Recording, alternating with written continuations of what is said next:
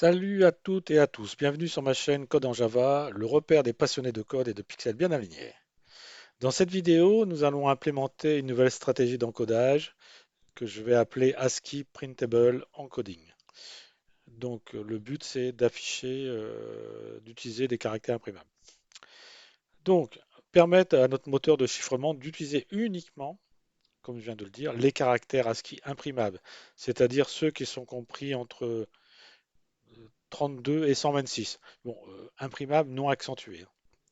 Alors, cette classe est une nouvelle implémentation du pattern stratégie que nous utilisons dans notre module de chiffrement. Donc, cette fois-ci, on va encore créer une nouvelle classe d'encodage qui va être dédiée uniquement aux caractères imprimables non accentués.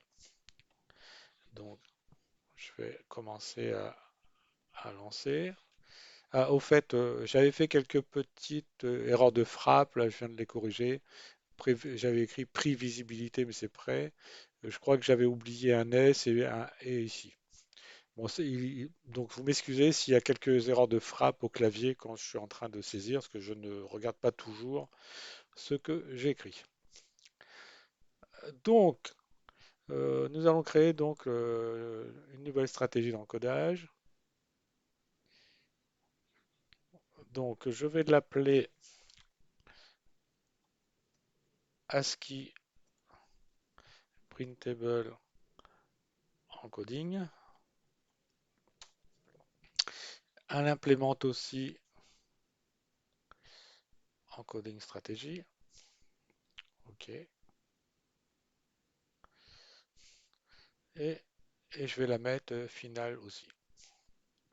Voilà.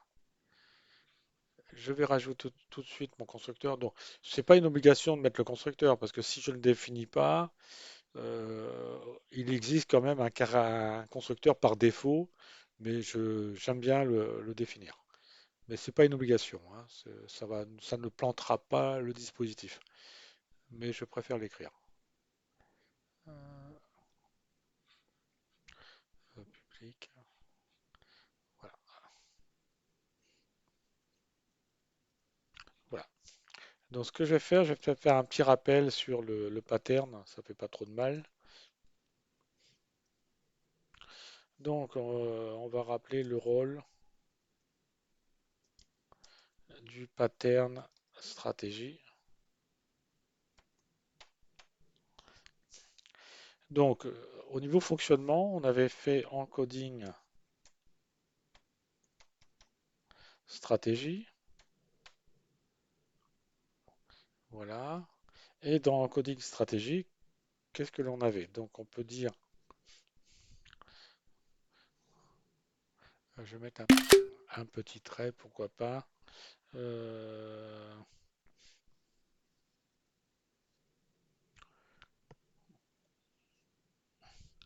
voilà. Et je vais mettre une petite flèche comme ça. Donc, on avait donc fait la chose suivante, c'est Unicode, c'est le premier qui avait été réalisé dans la série. Unicode encoding. Ensuite, après, le suivant qui a été réalisé, c'était Custom Encoding. Custom Alphabet, c'est celui qui a été fait lors de la vidéo précédente. Alphabet Encoding.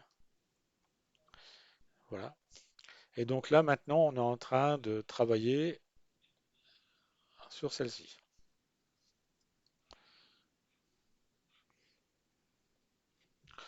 Voilà.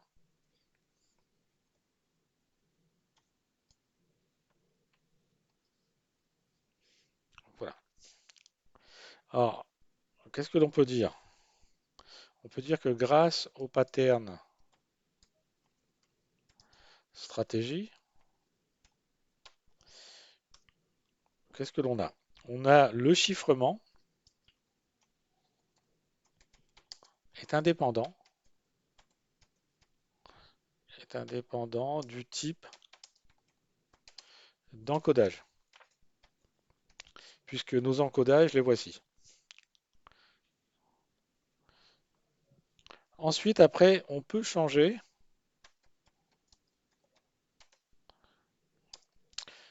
de domaine de transformation.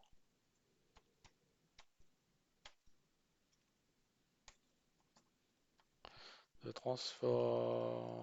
quand même me relire quand même. Transformation. Sans modifier l'algorithme de chiffrement.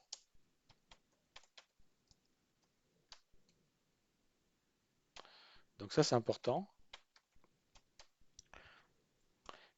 Ensuite, on a aussi un truc, quelque chose qui est essentiel, hein. Le code reste propre, extensible et maintenable. C'est-à-dire, on peut réaliser des opérations de correctif, ainsi de suite.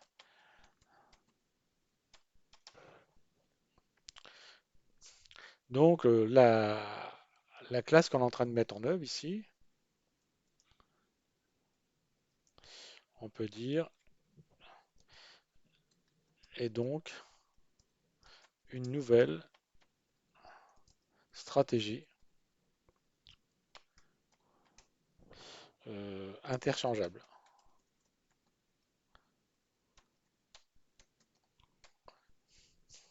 Voilà ce qu'on peut déjà dire par rapport à ce qu'on fait. Donc, la table cette table va utiliser 95 caractères, c'est-à-dire des caractères qui vont partir de 32 à 126. Alors, quels sont les caractères qui sont admis dedans? Ben, il y a l'espace, l'ensemble des lettres majuscules, minuscules, non accentuées, les chiffres et des symboles, par exemple exclamation, arrobase, dièse, dollar, pourcent, ainsi de suite. Donc voilà.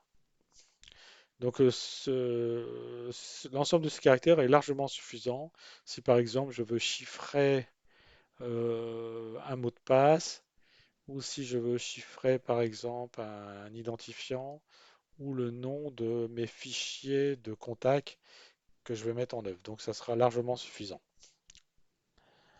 Donc je vais donc, on va dire que cette stratégie sera utilisée. C'est-à-dire on risque on risque d'utiliser dans le projet deux stratégies. La stratégie ASCII Printable Encoding pour tout ce qui va être nom de fichier, identifiant et mot de passe. Par contre, pour coder l'ensemble des autres éléments, j'utiliserai custom alphabet parce que je peux avoir des caractères accentués, non accentués, je peux avoir toutes sortes de caractères. Donc, dans le projet, on utilisera ces deux stratégies et on évitera tant que se peut d'utiliser Unicode encoding. Donc, on peut commencer à rentrer le code. Donc, normalise. Donc là, la valeur doit rester dans le domaine et le domaine pour nous a été défini dans alphabet cipher ici. On l'a défini ici. C'est ASCII range. Donc on va l'utiliser. Donc on refait le même traitement que pour les deux autres stratégies d'encodage. Donc je return mat.floor mode. Il me manque un O, pardon.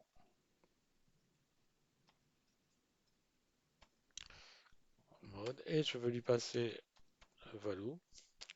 Et je vais lui passer alphabet cipher.ascii range. Voilà. Donc là, il n'y a que ça à faire. Ensuite, dans le domaine, bah, le domaine, c'est je retourne cette plage-là.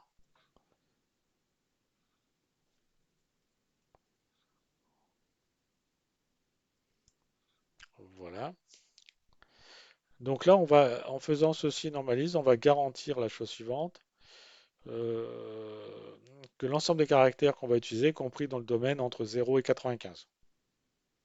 C'est-à-dire 95 exclus, donc ça fait de 0 à 94 inclus.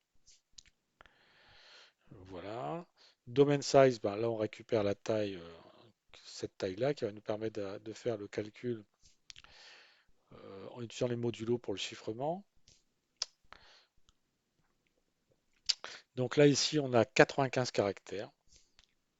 Donc c'est largement suffisant par rapport à ce qu'on souhaite faire et ça va être utilisé essentiellement pour Wigner par exemple et César, on pourra utiliser celui-ci, hein. Ensuite, tout index. Donc là c'est pareil, il va falloir que je vérifie comme dans custom, je vais redéfinir isValid dans un premier temps. Et donc là je retourne quoi? Donc je vais retourner, donc je vais aller voir la map. Donc la map, c'est index ici. Et je vais vérifier si la clé appartient bien à cette map. Si elle n'appartient pas à cette map, je retourne false. Si elle appartient, retourne true. Donc maintenant, on peut refaire ici, on peut définir.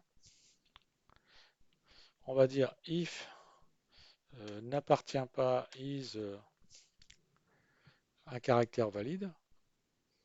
Si ce n'est pas un caractère valide, je retourne, je fais une levée d'exception. New. Et donc c'est crypto exception. Et donc le message que je vais mettre, caractère hors ASCII imprimable, je veux dire. Caractère hors ASCII non accentué. On peut dire imprimable.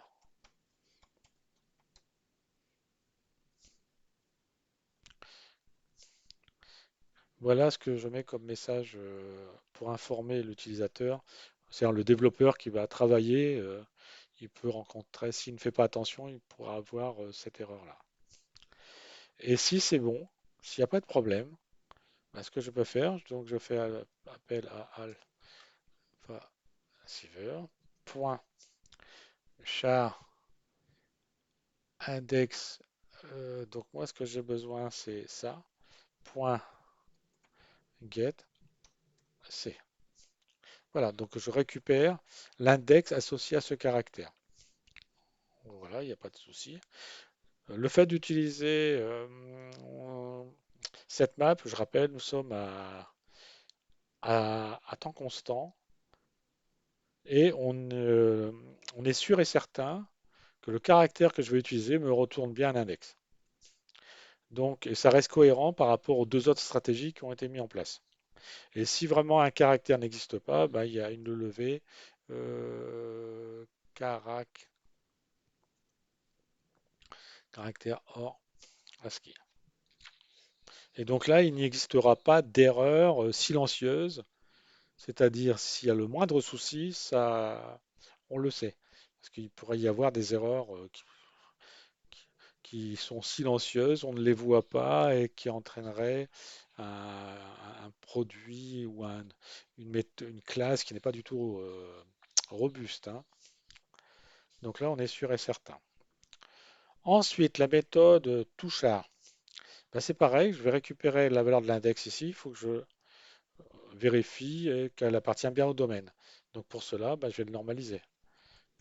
Ben, c'est c'est le même code qu'utilisé précédemment dans la classe custom alphabet. Donc normalise index.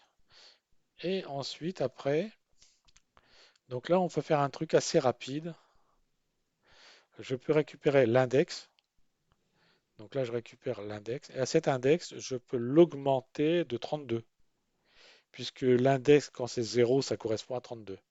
Donc là, ce que je peux faire, je peux faire un return encore plus rapide.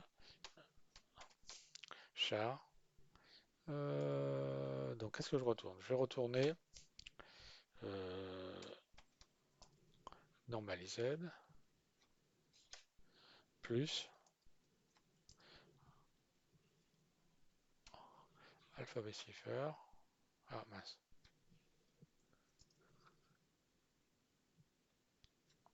Point start ASCII begin.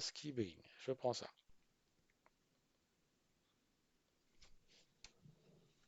Je prends ça et ça sera très bien. Puisque j'avais dit que le premier caractère de la séquence 32 à 126 inclus, 32 correspondait au pointeur 0. Donc quand ici je récupère 0, ben, je rajoute 32 et ça me le repositionne correctement. Voilà. Donc ceci est fait. Et maintenant, ben, on va faire la même chose. C'est le même code que vu précédemment. Donc, je recommence. Je vais dire if message nul, je return false.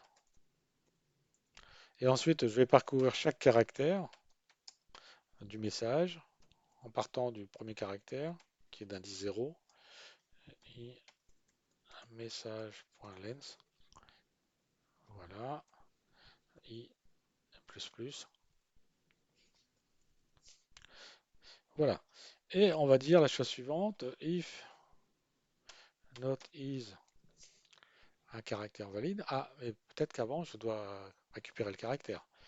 Donc, je vais dire char c égale message.char at. Voilà, je récupère bien le caractère. Et je vérifie si ce caractère n'est pas valide. S'il n'est pas valide, je fais un return false. Je quitte la boucle. Et si après avoir parcouru toute la boucle, s'il ne s'est rien passé, c'est que c'est OK, je return. Voilà. Donc je pense qu'on a terminé la structure. Voilà. Donc c'est bon. Il n'y a pas d'autre chose à rajouter sur ça. Donc là, je viens de finir l'implémentation de la classe. Donc je vais stopper là pour cette petite vidéo. Dans la prochaine vidéo, je propose de mettre en œuvre les modifications dans la classe que je retourne, arithmétique, celle-ci. Je vais enregistrer mon code. Euh, donc je vais proposer toute une modification dans cette classe-là, de manière à intégrer la stratégie d'encodage. Donc là, il y aura un petit travail à faire, quelques modifications, hein. On va essayer de conserver un maximum la structure de l'algo, mais à l'intérieur, on va mettre en place les éléments qui est fonction de l'encodage. Donc si vous avez aimé, ben, pensez à me laisser un pouce, de vous abonner. Si vous avez des questions, ben, pensez à utiliser les commentaires. Allez, à la prochaine vidéo et d'ici là, que Java soit avec vous.